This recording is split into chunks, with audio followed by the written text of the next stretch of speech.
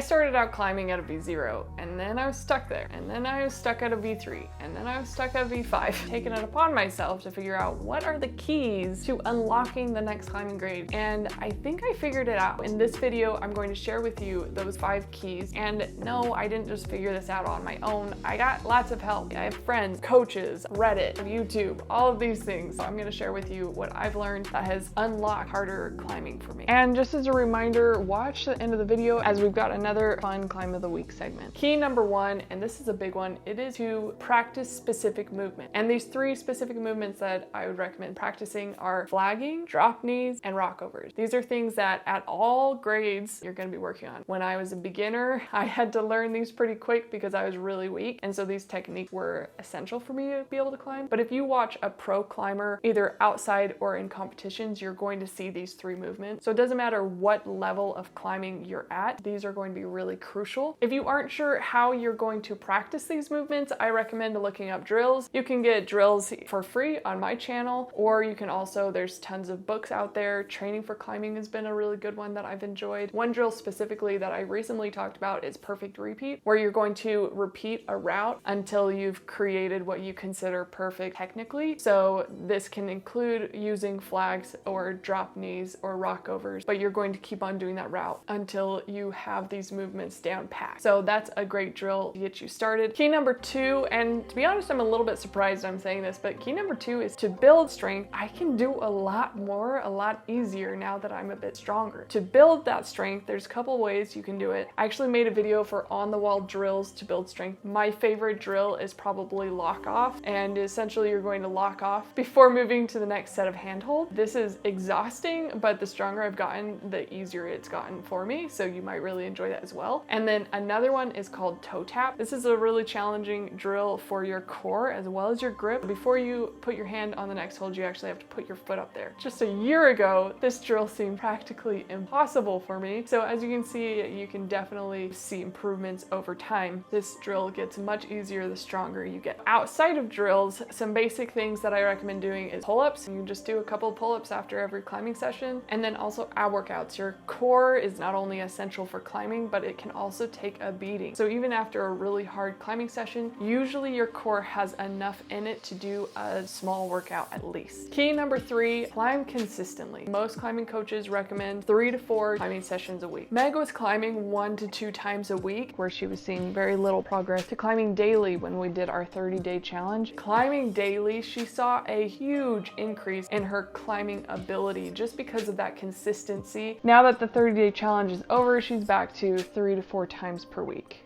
I wouldn't recommend climbing every day, but do watch that 30-day challenge as we do go through. You can see some serious improvement that Meg's made. Key number 4, and this is a new one for me, but it has opened doors. It has opened my mind, and that is to project on hard routes. I went through a stage where I was doing drills every single climbing session, and I was improving overall. To be honest, I was stuck on 4s for a little while, and then I was stuck on 5s. I started projecting on a V7, which is 2 grades above what I'm comfortable climbing. What that did was, while I climbed, the route reflected what I needed to work on. So for a bit, I was really struggling on getting my core tension and getting my hips in a specific movement. And so because I recognized that, because I was projecting on this hard route, I was able to train and practice my core tension and really engaging my hips. I probably would have developed this eventually, but the fact that I was projecting on a hard route made it very clear and easy for me to recognize that I needed to do it, and I needed to take care of it pretty quickly. And key number 5 is to implement a training program. And I'm not talking about you need to go buy some training program. I mean, you need to have a plan in mind for when you go to the climbing gym. I actually surveyed you all. Over 900 people responded. 56% said that they go to the climbing gym without a plan. And to be honest, I did the exact same thing. I went to the climbing gym, you know, I found some fun routes and I did some drills if I felt like it, and then I was done when my hands started hurting. I recommend, first, if you don't have a goal, make one. Second, come up with a plan. And you can purchase plans online, but really that plan is going to be based on your goal, where you are, and what needs to happen to get there. So create a plan like that. Make sure in your plan you are planning for rest days as well.